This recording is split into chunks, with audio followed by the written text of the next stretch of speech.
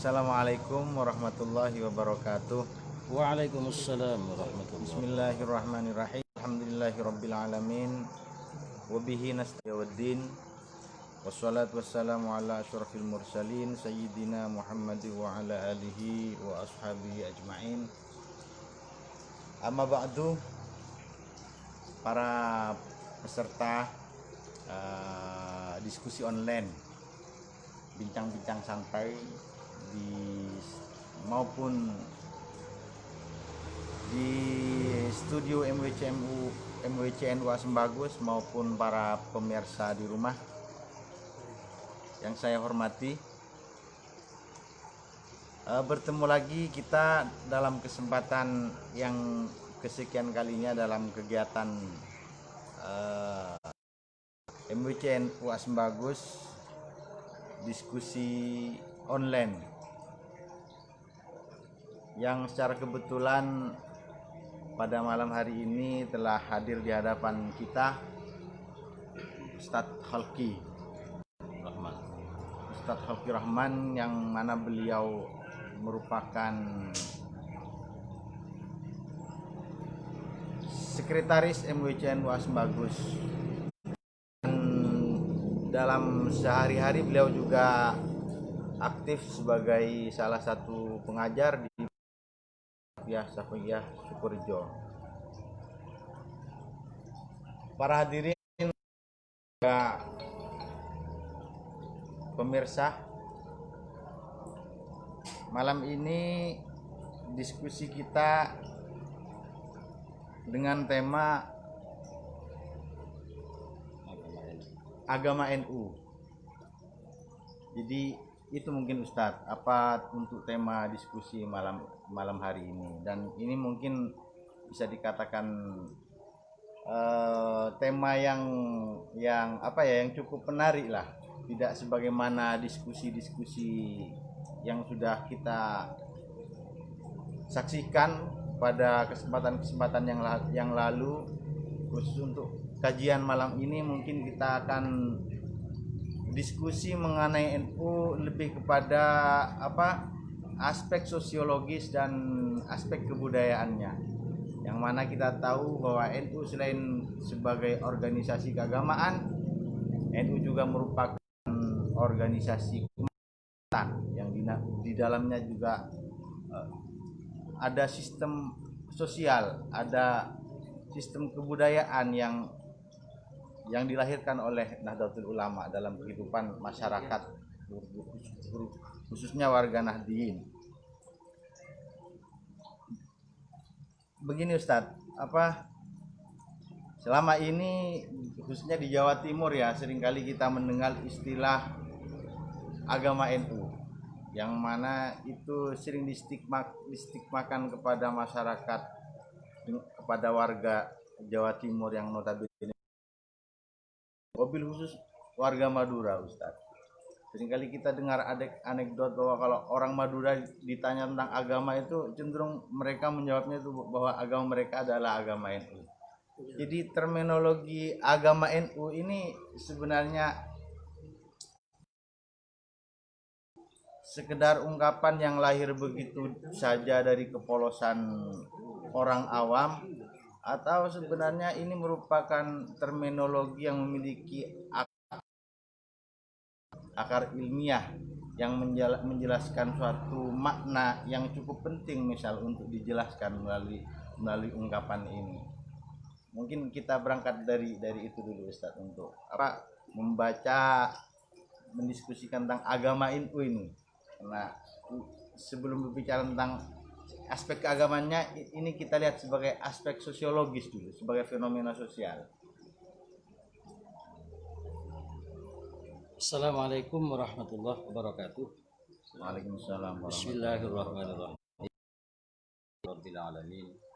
Wassalatu wassalamu ala asyrafil mursalin sayyidina Muhammad wa ala alihi wa sahbihi ajma'in, amma ba'du.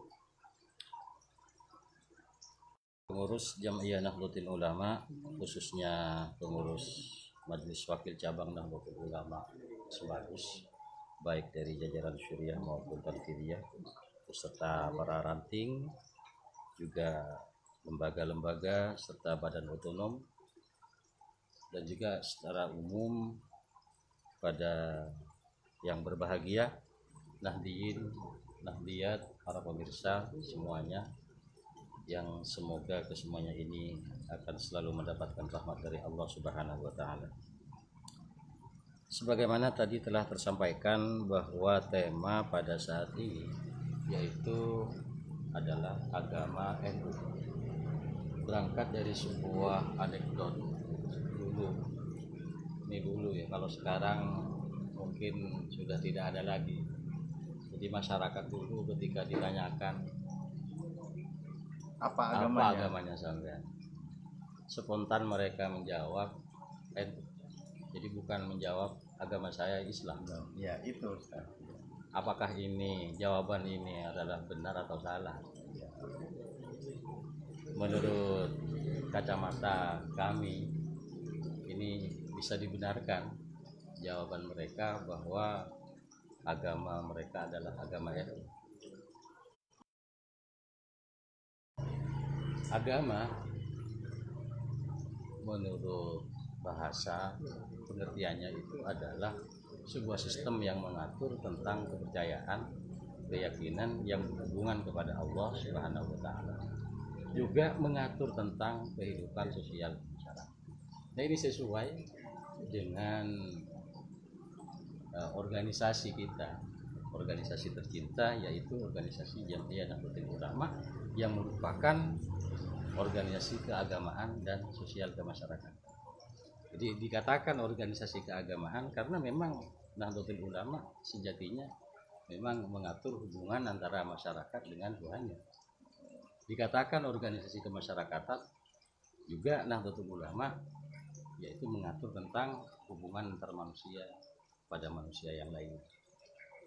Nah, terkait dengan jawaban masyarakat tempo dulu, masyarakat awam yang seperti itu begitu polos, sudah digabungkan dengan keyakinan, berangkat dari definisi agama tadi, ini ada benarnya. Bahkan kalau kita jujur mengakui kepolosan keyakinan, kepercayaan masyarakat awam itu justru lebih dibandingkan dengan masyarakat khos. Kalau kita klasifikasi antara masyarakat ini ada yang awam, ada yang khos. Berangkat dari kepolosan, distigmakan oleh NU ini adalah sebuah agama. Kenapa? Karena di dalam NU ajaran-ajaran agama yang secara murni dan kafah ini sangat luar biasa telah diatur di dalam NU itu sendiri. Apakah pembenaran yang Ustadz sampaikan itu juga bermakna bahwa NU itu menjadi agama yang lain selain agama Islam? Secara formal ini kan menjadi rancu. Ya, secara formal ya.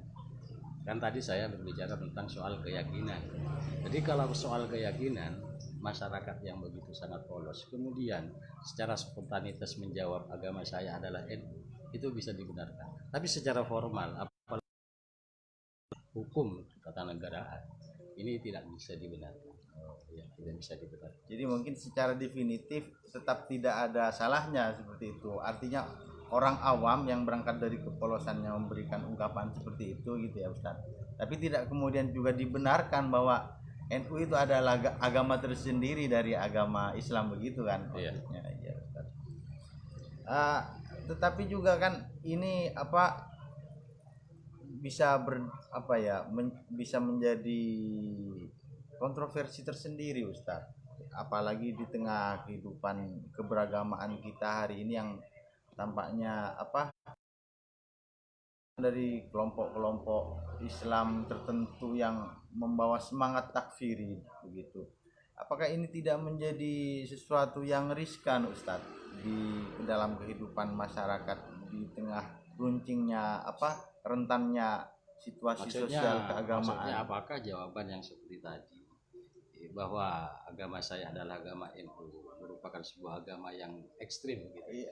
Jawaban yang ekstrim tidak akan menimbulkan penilaian yang ekstrim seperti itu, karena ketika NU kemudian orang mengatakan NU itu adalah agama saya adalah NU kemudian dibenarkan gitu kan, Nanti anggapan sebagian golongan yang memang selama ini cenderung takfiri kan bisa saja nanti itu dihukumi keluar dari Islam, Ustaz. Iya, iya. Paham. Soal Karena apa di NU sendiri kalau di talqin itu apakah di tradisi NU ada tradisi talqin kalau ditanya itu wama dinuka kan Islam. Al Islamu dini bukan al Nahdlatul Ulama dini. Tapi seandainya mereka menjawab kepada malaikat Munkar Nakir bahwa saya adalah NU-nya Ki Hasyim Asy'ari, ya kira-kira ini. Nah, begini ya. Jangankan hal-hal yang menyangkut persoalan besar, menyangkut persoalan kecil pun pasti akan dipermasalahkan. Contoh kasus seperti dulu persoalan tahlil, persoalan talqin, ziarah kubur, salam kepada para ulama, para kiai. Ini dianggap syirik kok. Jangankan berangkat dari jawaban yang tadi. Kenapa? Karena NU itu besar. Semakin besar sebuah organisasi yang jelas, musuh akan juga semakin gencar menyerangnya. Tapi sebuah organisasi yang kecil, maka tidak akan menemukan lawan yang akan sanggup untuk mengkritiknya. Biasanya begitu. Taruhlah sebuah filosofisnya seperti pohon ya. Semakin besar dan semakin tinggi menjulang, maka semakin besar pula angin yang akan menerpanya. Begitu juga organisasi kita, organisasi Nahdlatul Ulama, sekecil apapun, jangankan kepada persoalan-persoalan yang besar, persoalan yang kecil yang ada di dalam lingkungan Nahdlatul Ulama pasti akan menjadi persoalan bagi mereka. Iya, seperti kasus-kasus yang tadi talqin, ziarah kubur, ini kan persoalan-persoalan khilafiyah, persoalan-persoalan yang semestinya tidak menjadi persoalan, tapi alhamdulillah sekarang sudah tidak menjadi persoalan lagi. Jadi sebenarnya persoalan apa ungkapan NU adalah agama NU itu sebenarnya bukan ungkapan teologis sebenarnya, bukan ungkapan apalagi akidah seperti apalagi itu ya. ungkapan pada apa ungkapan sosiologis yang lahir dari kepolosan masyarakat. Ya. Yang sebenarnya itu tidak ada salahnya, tendensi tidak sampai pada tendensi bahwa ada agama di luar Islam. Memang secara formal memang saya tadi mengatakan bahwa NU ini bukanlah agama, ya. NU yang dalam keagamaan dan kemasyarakatan, gitu kan. Jadi keagamaan karena memang mengatur hubungan antara hamba kepada Tuhannya. Disebut organisasi kemasyarakatan karena memang NU itu tentang sosial kemasyarakatan. Bahkan soal yang lain juga diatur di dalam NU. Ini secara formal. Tapi secara substansi, berangkat dari kepolosan dari jawaban mereka, orang masyarakat yang menjawab ketika ditanya agama saya adalah NU, itu juga tidak bisa disalahkan. Lagi-lagi ini persoalan sebuah kepercayaan, keyakinan. Tadi saya menyampaikan kalau diukur, kalau di keyakinan kita, keyakinan orang-orang host lah ya, dengan orang-orang awam, saya lebih percaya kepada keyakinan orang awam itu lebih tulus, ya, lebih tulus, tidak ada tendensi apa-apa. Dan saya yakin kalau mereka masuk ke mati, meninggal misalnya, kemudian diperiksa oleh malaikat Munkar Nakir, wa madinuka, kemudian mereka menjawab Nahdlatul Ulama agama saya, insya Allah saya yakin selamat. Apalagi gitu, sambil dengan apalagi dengan sempat menyertakan Kartanu itu ya. Karena apa? Kalau sudah di dalam Nahdlatul Ulama pasti Islam itu kan. Ya. Tapi kalau belum tentu. Betul Nahdlatul Ulama. Lagi dapat PKPNU. Ya, apalagi sudah di PKPNU. Dasarnya cukup kuat. Ya.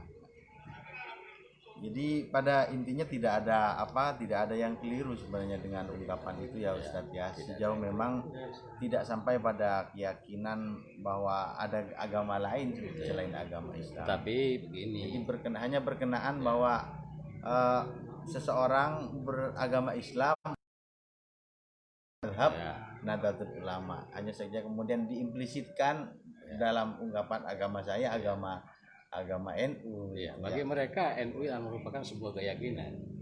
Taubahnya definisi agama adalah merupakan sebuah sistem yang mengatur kepercayaan dan keyakinan. Nahdlatul Ulama dipersepsikan oleh mereka orang-orang awam adalah sebuah keyakinan, bukan sebuah organisasi, tapi sebuah keyakinan. Kenapa kok yakin mereka itu terhadap Nahdlatul Ulama? Seolah-olah bahwa Nahdlatul Ulama ini adalah sebuah agama. Ya. Nah, karena memang di dalam Nahdlatul Ulama itu, ya, ini kalau kita mau berbicara jujur ya, ini kan berbeda dengan organisasi yang lain. Kalau organisasi yang lain barangkali melalui beberapa rapat, melalui beberapa musyawarah, melalui pertimbangan-pertimbangan gitu kan. Tapi kalau Nahdlatul Ulama ini didirikan oleh para aulia yang langsung bukan hanya melalui rapat ke rapat, tapi justru minta istikharah, minta izin kepada, minta restu kepada Rasulullah Shallallahu Alaihi Wasallam, dan itu sudah direstui. Katanya di dalam salah satu wasiatnya Ki As'ad itu ya, siapa saja alumni atau santri saya yang keluar dari Nahdlatul Ulama jangan berharap berkumpul dengan saya. Nah, ini kan kalau kita korelasikan dengan jawaban yang tadi, ini sangat pas. Artinya ungkapan beliau itu secara tersirat mengatakan bahwa kalau mau berislam, santri dan alumni yang mau berislam harus Islam berjuang. Islam Ala Nahdlatul ala manhaji Nahdlatul Ulama. Jadi mau beragama melalui Nahdlatul Nahdlatul. Kemudian menjadi kadang diimplisitkan oleh masyarakat awam agama saya adalah Nahdlatul Ulama seperti kita itu. tidak boleh kemudian kalau kemudian Islam dengan Nahdlatul Ulama ini kan menjadi sebuah Islam merupakan rumah ya, rumah besar, kemudian isinya adalah Nahdlatul Ulama. Kalau diibaratkan rumah besar, Islam adalah rumah besarnya, kemudian Nahdlatul Ulama adalah isinya. Antara rumah dengan isi ini kan harus sama. Jadi kalau masyarakat awam mengatakan seperti itu Islam, atau mengatakan agama saya adalah Nahdlatul Ulama, ini tidak bisa disalahkan. Tapi lagi-lagi begini, kita memiliki sebuah kewajiban untuk memberikan sebuah pencerahan kepada betul. ya. Karena bagaimanapun ungkapan seperti itu kan tetap rentan untuk disalahpahami, terutama oleh kelompok yang selama ini memang mencari celah kesalahan dari organisasi maupun warga Nahdlatul Ulama. Mohon maaf ya, kajian malam ini murni kajian. Jadi sementara kalau ada di antara pemirsa, di antara teman-teman kemudian mengkritisi keberadaan kajian ini, mohon maaf, sekali lagi ini adalah sebuah kajian. Ya. Artinya Harus ada tanda kutip. Di luar dari apa yang mungkin dipahami oleh secara umum oleh teman-teman sekalian maupun pemirsa di rumah, bahwa ini hanya sekedar obrolan santai yang sekiranya ada hal yang mungkin bisa dipertanyakan, monggo bisa langsung dipertanyakan kepada Ustadz Halki Rahman yang hadir pada malam hari ini, sehingga beliau bisa memberikan penjelasan yang lebih dari hal-hal yang mungkin mengganjal di pikiran para peserta maupun para pemirsa yang ada di rumah. Monggo dipersilahkan kepada para peserta ataupun para pemirsa, barangkali ada pertanyaan yang ingin disampaikan kepada Ustadz Halki. Baik, assalamualaikum warahmatullahi taala wabarakatuh. Waalaikumsalam warahmatullahi wabarakatuh. Bapak Ustadz Halki dan moderator yang saya hormati, ada sedikit hal yang perlu saya tanyakan menyangkut ghairah atau semangat ke-NU-an warga Nahdien pada era-era terdahulu dengan sekarang, terutama di masa-masa Hadratus Syekh Kiai As'ad Syamsul Arifin, ini ketika di situ Bondong adakan acara ke-NU-an, maka berbondong-bondong seluruh warga NU, apalagi warga NU di wilayah timur, ini tidak bisa dikoordinir, semuanya langsung mau ikut, banyak sekali. Sekarang adakan acara di PC, ini tingkat PC bukan MWC, ini kok bisa berubah Ustaz, gairah gitu. Jadi semangat untuk mendatangi acara-acara ke-NU-an pada masa dulu dan sekarang kok bisa berbeda. Terima kasih Ustaz. Baik Ustadz, mungkin pertanyaan dari Ustadz Zubairi itu sebagai refleksi. Jadi kalau kita berbicara tentang ungkapan masyarakat awam itu agama saya adalah agama NU, itu merefleksikan kedekatan warga Nahdlatul Ulama dengan NU-nya, dengan Nahdlatul Ulamanya, dengan organisasinya. Tapi mungkin ini satu pertanyaan tersendiri, kenapa akhir-akhir ini seperti ada jarak yang cukup renggang antara organisasi dengan jamiahnya, Ustaz. Dibuktikan gara-gara dengan pengurus ataukah hal ini yang lain? dibuktikan dengan adanya beberapa kegiatan-kegiatan Nahdlatul Ulama yang kurang mendapatkan Apresiasi. apresiasi dari warganya sendiri, Ustaz. Kira-kira apa yang melatar belakang kondisi yang semacam ini, Ustaz? Terima kasih. Kalau kita berbicara perjalanan Nahdlatul Ulama dari masa ke masa, ini memang sangat berbeda ya. Di masanya para muassis Kiai Hasyim Asy'ari, Kiai Wahab Hasbullah, Syekhona Khalil, ya jelas berbeda. Di masanya Kiai As'ad, kemudian di masanya Kiai Mansur, apalagi kemudian di masa kita sekarang jelas berbeda. Sayyidina Ali pernah ditanyakan oleh seorang sahabat pada saat itu mengenai tentang kejayaan Islam. Loh, kok tidak sama ya Amirul Mukminin, keberadaan Islam pada zaman sekarang dengan keberadaan Islam pada zaman Nabi? Oleh Sayyidina Ali sambil tersenyum beliau menjawab, ya jelas tidak sama. Di masa Rasulullah yang menjadi gurunya adalah Kanjeng Nabi, Rasulullah sendiri, kemudian santrinya adalah Abu Bakar, Umar, Utsman. Di masa saya sekarang ini yang menjadi guru saya, yang menjadi santrinya adalah sampean. Dulu di masanya Kiai As'ad, begitu sangat antusiasme masyarakat Nahdlatul Ulama ini, tingkat kepatuhannya sangat luar biasa kepada kiainya, kepada strukturnya, kepada kulturnya. Kenapa? Karena memang yang memimpin, yang menjadi guru, yang menjadi masyayikh di Nahdlatul Ulama ya, adalah Kiai As'ad, kemudian Kiai Maksum dan Kiai Mahrus dan sederet para ulama-ulama sepuh pada saat itu. Nah, kalau kemudian kita tarik pada zaman kondisi sekarang ini, yang menjadi gurunya siapa? Yang menjadi pengurusnya siapa? Yang menjadi pengurusnya saya. Iya kan? Kemudian jadi tingkat trustnya dari masyarakat mungkin kepada para pengurusnya pertama. Bahkan Kiai As'ad itu pernah dahulu, kalau ada sesuatu pelanggaran di dalam Jam'iyah Nahdlatul Ulama itu, jangan salahkan warga, tetapi salahkan pengurus. Berarti pengurusnya tidak becus.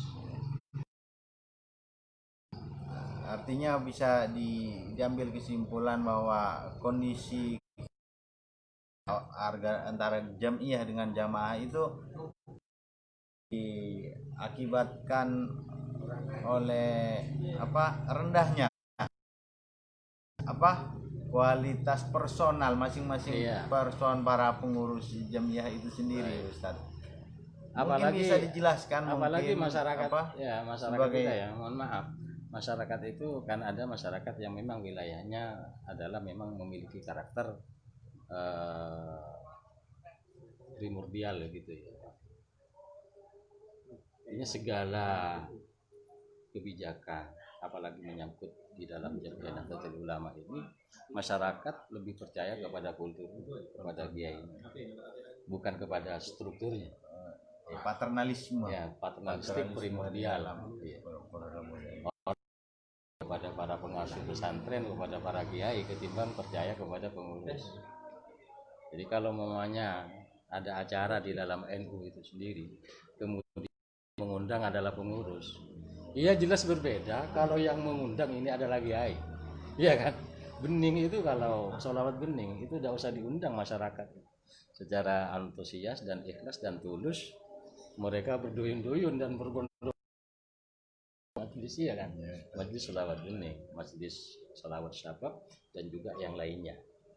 Tetapi kalau ini yang mengundang masyarakat ini tak cukup melalui WhatsApp ya, melalui surat edaran, melalui publikasi-publikasi yang banyak memakan biaya.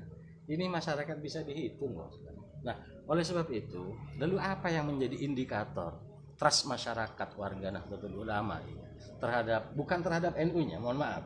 Kalau kepada NU-nya masyarakat awam tidak pernah berubah. tetap percaya dan yakin. Mereka Ini terhadap pengurusnya ini ya, mengurangi trustnya berkurang, kepercayaannya berkurang. Kenapa?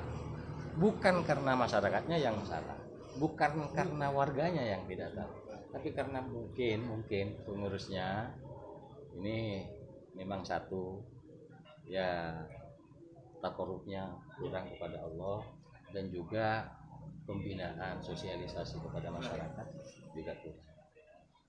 Ya mungkin Ustadz, apa sebagai pesan lah kepada pengurus-pengurus NU khususnya yang ada di Asbagus ini, baik dari tingkatan MWC maupun tingkatan Peterlanting, dan apa standar kualifikasi untuk menjadi pengurus NU, sehingga walaupun tidak sama dengan dengan kualitas para pengurus di masa Kiai As'ad, di masa-masa Kiai Ahmad Siddiq, tapi setidaknya standar kualifikasi yang harus dimiliki oleh pengurus NU mungkin apa saja yang perlu ditingkatkan, mungkin dari aspek apakah dari aspek keilmuannya, apakah dari aspek apa yang lainnya lah, yang mungkin bisa menginspirasi, memberikan motivasi kepada pengurus-pengurus yang ada ini Ustaz, untuk semakin memperbaiki diri. Baik. Di NU itu atau di organisasi yang lain, saya yakin dari 3 segmen. Yang pertama adalah teman berpikir. Ini biasanya didominasi oleh barisan Syuriah, yaitu idenya, konsepnya yang berjalan. Untuk kerja enggak mungkin karena sudah ada tanfidiyah. Tetapi ada teman kerja. Idenya tidak ada, konsepnya tidak ada, tetapi kerjanya luar biasa. Ini biasanya ada di barisan tanfidiyah. Ada teman yang ketiga, ini teman sebagai pendukung. Semua teman pendukung tidak bisa kemudian menelurkan sebuah ide-ide konsep baru, juga tidak bisa bekerja, tapi mendukung. Ini 3 segmen yang ada di dalam Nahdlatul Ulama. Pesan kita sesuai dengan tujuan Nahdlatul Ulama. Yang pertama adalah Negara Kesatuan Republik Indonesia, dan juga menjaga Islam ala ahli sunnah wal jamaah tetap lestari di bumi pertiwi ini. Terutama kualifikasi menjadi pengurus, kalau secara formal untuk persyaratan kekinian yaitu harus lulus TKP, ya, mengingat generasi, jangankan terhadap ilmu-ilmu yang ada di dalam Nahdlatul Ulama, pengetahuan terhadap organisasi ke-NU-nya ini bisa dipertanyakan. Oleh sebab itu, monggo kepada teman-teman yang mau berkhidmat di Nahdlatul Ulama, dipersilahkan secara formal. Kita harus meregistrasi dirinya untuk ikut pendidikan kader penggerak Nahdlatul Ulama yang telah disediakan dan dijadwalkan oleh Korbit dan Korcamnya masing-masing. Ya. Tapi tidak kemudian berarti warga yang tidak di PKP bukan warga NU. Bukan warga NU. Saat ini secara formal untuk meyakinkan bahwa mereka betul-betul masih berpaham Ahlussunnah wal Jamaah Nahdiyah, mereka harus bisa menyerap apa pendidikan kader penggerak Nahdlatul Ulama gitu, sehingga di dalam kemurusan tidak meragukan begitu Ustaz. Ya, mungkin bitoriki ilhami Kiai Sahal Mahfud, mengingat trust tadi, kemudian generasi yang tidak terlalu peduli sekarang kepada Aswaja dan sebagai pengusung utamanya, maka kemudian sampai kemudian di-ART-kan di Muktamar 32, maka harus ada pendidikan kader di semua jenjang, mulai dari PBNU, PWNU, PJNU, MBJNU sampai pengurus ranting sampai lembaga-lembaga, bahkan yang bersegmen profesi juga harus Itu ikut. sudah tercantum memang di ADART begitu Ustaz ya. Di ADART Artinya pengurus untuk menjadi pengurus selanjutnya harus ikut PKB. alumni PKB. Harus ikut PKB. Kembali Ustaz, kembali kepada soal kualitas pengurus tadi, kualifikasi pengurus. Jadi menjadi tanda tanya saya itu kalau kemudian kualitas pengurus yang hari ini itu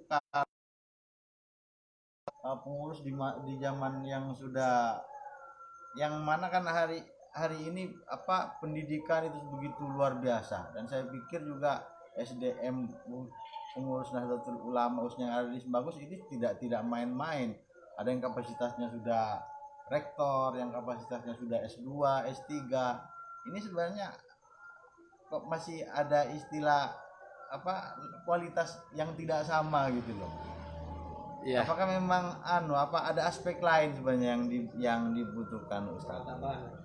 Berbicara tentang kualitas ya, berbicara tentang kualitas, yang jelas tadi sudah disampaikan, sudah dijawab. Jelas spiritual dengan kualitas spiritual ya, antara lama dengan pengurus yang sekarang yang jelas berbeda. Walaupun sekarang kualitas intelektualnya yang lebih mendominasi dibandingkan dengan kualitas spiritual. Kayak para muassis itu tidak ada yang S2, S1, tidak ada. Tapi kualitas spiritualnya sangat luar biasa. Sangat ulama ini tembus dunia internasional. Sekarang yang profesor-profesor ini ya, mohon maaf, saya tidak akan menyebutkan nama personal. Justru bukan menjadi yang membesarkan Nahdlatul Ulama, justru akan menjadi pengurus, menjadi urusan di Nahdlatul Ulama sendiri. Jadi kualifikasi saya kira sesuai dengan jenjangnya. Kalau di tingkat PB, maka pengurusnya di jajaran Suriah dia harus orang-orang alim ya, terdiri dari para ulama-ulama intelektual. Kalau di jajaran Tanfidiyah harus dihuni oleh beberapa personal yang memiliki etos kerja yang tulus, ikhlas, tidak ada tendensius dan istiqomah, profesional istilahnya. Di tingkat MWC ya, khususnya MWC Sembagus ya, karena disesuaikan dengan tingkat dan jenjangnya, maka kualifikasi dan kualitasnya juga insya Allah sudah sesuai. Berarti kalau dikerucutkan itu ya Ustadz ya, kualifikasi untuk yang harus diperhatikan untuk menjadi seorang pengurus Nahdlatul Ulama itu adalah 3: intelektualitas, profesionalitas, dan spiritualitas. Tidak semata-mata orang yang intelektualnya bagus tapi tidak punya profesionalitas di dalam menjalankan organisasi juga tidak bisa menjadi pengurus yang baik. Baik Ustadz, apakah karena sepertinya waktu sudah cukup lama kita berdiskusi, mungkin kita cukupkan saja untuk pertemuan malam ini. Yang bisa saya simpulkan intinya bahwa seringkali di dalam kehidupan bermasyarakat kita berhadapan dengan hal-hal yang lahir dari kepolosan masyarakat yang awam, yang mungkin secara verbal terkesan menyimpang dari apa yang kita pahami secara normatif, tapi substansinya sebenarnya tidak melenceng sebagaimana yang kita sangka, sehingga tidak bisa kita kemudian menghakimi secara brutal terhadap apalagi orang awam. Dan yang kedua mungkin itu tadi berkaitan dengan intelektualitas, profesionalitas dan spiritualitas pengurus harus semakin ditingkatkan lagi, sehingga Jamiah Nahdlatul Ulama yang kita cintai ini menjadi jamiah yang betul bisa dijalankan, bermanfaat kepada masyarakat secara baik. Mungkin itu saja dari kami, dan saya acara pada malam hari ini. Sekiranya ada hal yang kurang berkenan, mohon maaf yang sebesar-besarnya. Assalamualaikum warahmatullahi wabarakatuh. Waalaikumsalam warahmatullahi wabarakatuh.